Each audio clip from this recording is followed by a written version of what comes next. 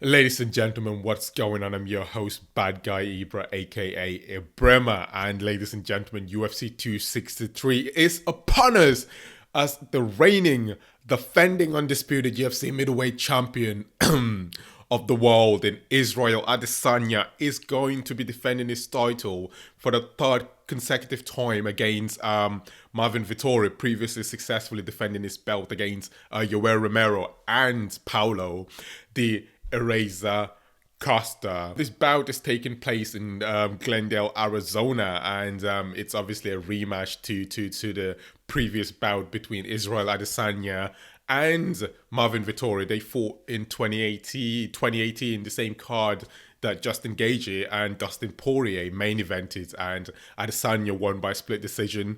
And Marvin Vettori to this day has literally been complaining that he won that bout against Adesanya.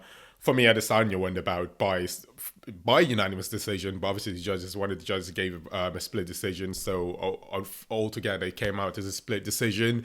Anyways, Marvin Vettori, on the other hand, after that bout, honestly, he had done really well. He had won five straight fights, a bout against a guy called Cesar Ferreira on UFC Fight Night 155, and also won a bout against Andrew Sanchez on UFC Fight Night 161.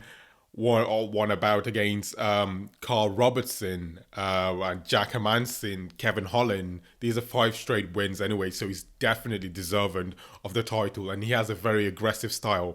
And although I'm supporting Stylebender, obviously, but I think Vettori definitely has the style to beat Stylebender. His wrestling is really good. In fact, he was the first person to take down Adesanya. And his pressure, he's just ready to fight. He's ready to bring it. And that's one of the styles that Adesanya struggles with. We've seen that against Kelvin Gastelum. And we've also seen it against Jan Blachowicz. So this is definitely going to be an interesting fight between Adesanya and Marvin Vettori. Although, again, as I've mentioned, Vettori is going to be the underdog. He really is going to be the underdog. He has to be the underdog, fighting against the last Stylebender, who's literally cementing his legacy as one of the greatest middleweight champions of all time. Well, obviously, Anderson Silva lays claim to that. Come on, let's be honest. Anderson Silva definitely lays claims to that. I mean, he's held the belt from 2006 to 2013. I doubt anyone has ever done it consecutively in UFC history. Mighty Mouse also could lay claim on, but he was a flyweight. Anyways, a sensational bout, and as I've mentioned, the bout is going to be taking place in Glendale, Arizona. And who have you got? First, before we get into this video in depth, I just want to know who have you got winning the bout between Adesanya and Marvin Vettori. Leave it in the comment sections down below. In fact, like this video now. I'm waiting. Like this video, comment and subscribe. Obviously, leave your comments as well. Subscribe with your notification bells turned on. And let's get this party started, ladies and gentlemen. Let's get it started. And you see what inspired, in addition to everything I've mentioned, I feel like what's inspired Marvin Vettori was his loss against Adesanya, because right before he won these previous five fights in a row, he lost to Adesanya, as I've mentioned, and since then he went on a tear and he's won five fights in a row, and his sixth fight is gonna be for the title against Israel Adesanya. But the fight he lost against Adesanya was one of two fights he lost in the UFC. He's also lost to a guy called Carlos Antonio Jr. in the UFC back in his early days in the UFC, when his career initially started in UFC. But I mean, he's a pressure fighter. He's a really good fighter. His fight against Kevin Holland is a testament of his aggressiveness, his technique. He trains with Rafael Cordero, the same coach that Kelvin Gastelum trains with. As I've mentioned, he trains with Rafael Cordero, the same coach that Kelvin Gastelum trains with. And we've seen the fight again between Adesanya and Gastelum. And that's a lot. Literally, there's a lot from that fight that he could learn from Marvin Vettori. But again, as I've mentioned, Adesanya's improved a lot. And after that fight, in fact, he knocked out Robert Whittaker to become the reigning, defending, undisputed UFC...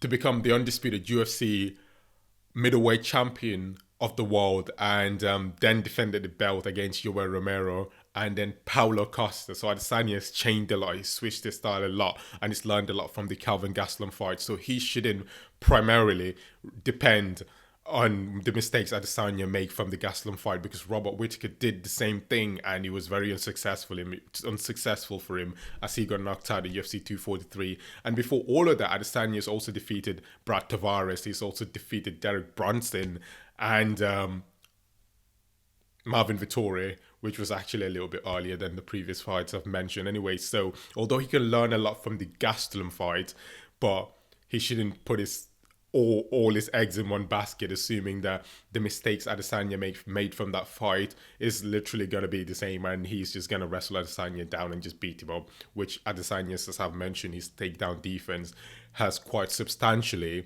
improved, and it's going to be a superficial argument for someone to assume that Adesanya's takedown defense sucks. I mean, Romero couldn't take him down. But Jan Blachowicz, unfortunately, took him down. As I've mentioned, his last fight, he lost against Jan Blachowicz. And Marvin Vettori could use that, again, just like the Gastelum fight, as a confidence booster that Israel Adesanya lost his last fight. Although all credit should go to Adesanya. All credits should definitely go to Israel Adesanya. I mean, for moving up to 205 pounds and challenging the light heavyweight champion, the light heavyweight champion in Jan Blachowicz.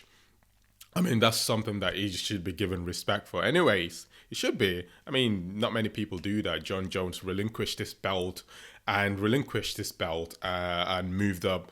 Well, initially he's meant to move up to heavyweight to face Francis Ngannou. Has he done it yet? He hasn't. So credit goes to Adesanya. I mean, even Anderson Silva, although he is fourth at light heavyweight, he actually never challenged for the title when he was the middleweight champion. His fought Forrest Griffin and Stephan Bonner. That's about it at light heavyweight, but he's actually never really challenged for the title against John Jones, who was the champion at the time, ladies and gentlemen. Aren't you excited about this bout? Because I'm excited. UFC 263, ladies and gentlemen, is upon us. Oh my goodness.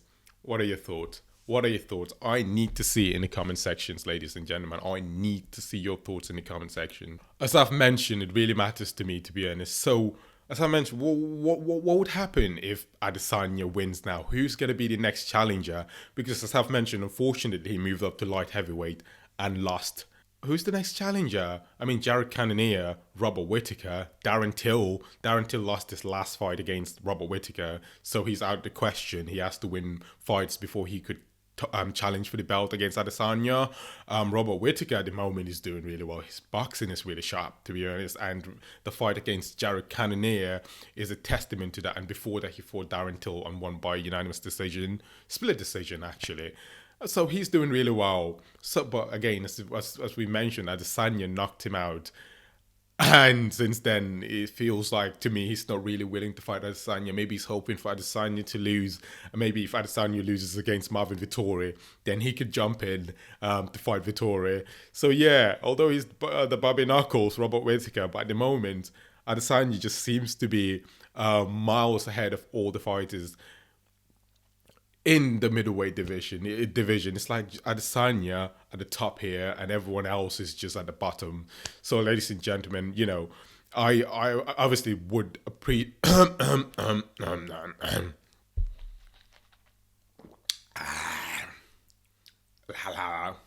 I would, as I've mentioned numerous times, your thoughts are so important to me because this is the rematch.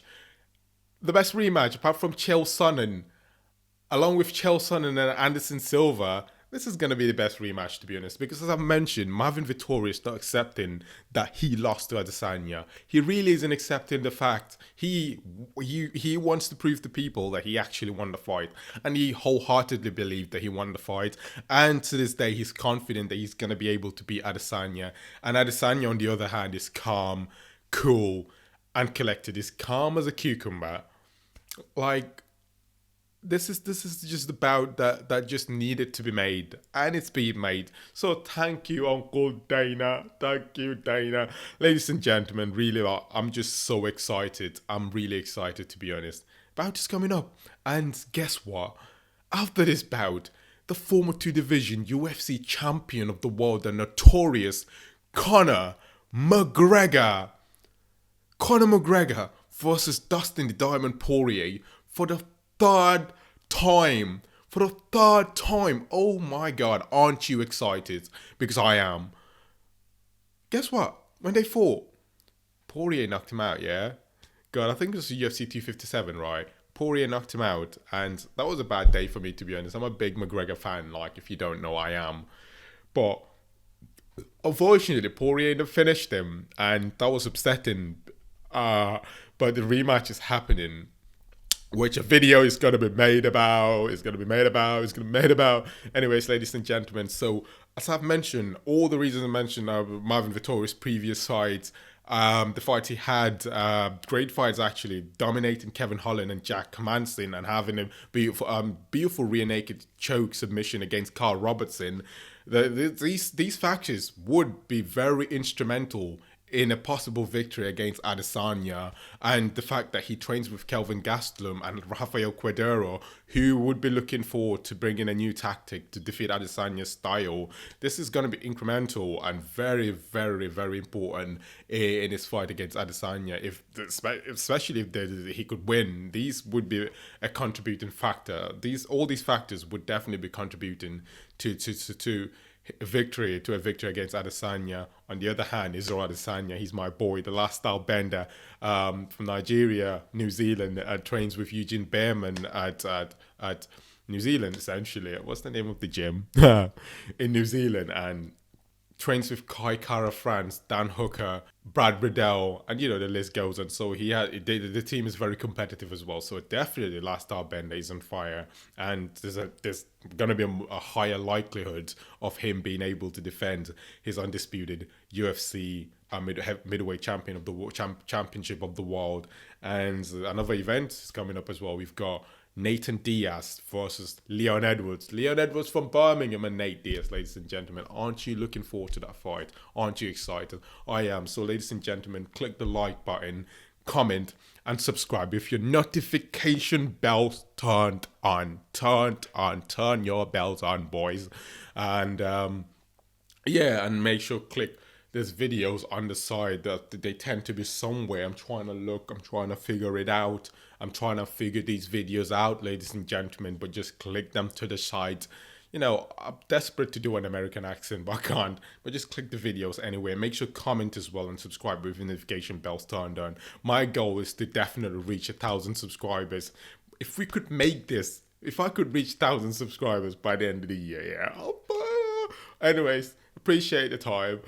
Appreciate the views. And until next time, ladies and gentlemen, have yourselves a fantastic day. Damas y caballeros, la Guadalajara.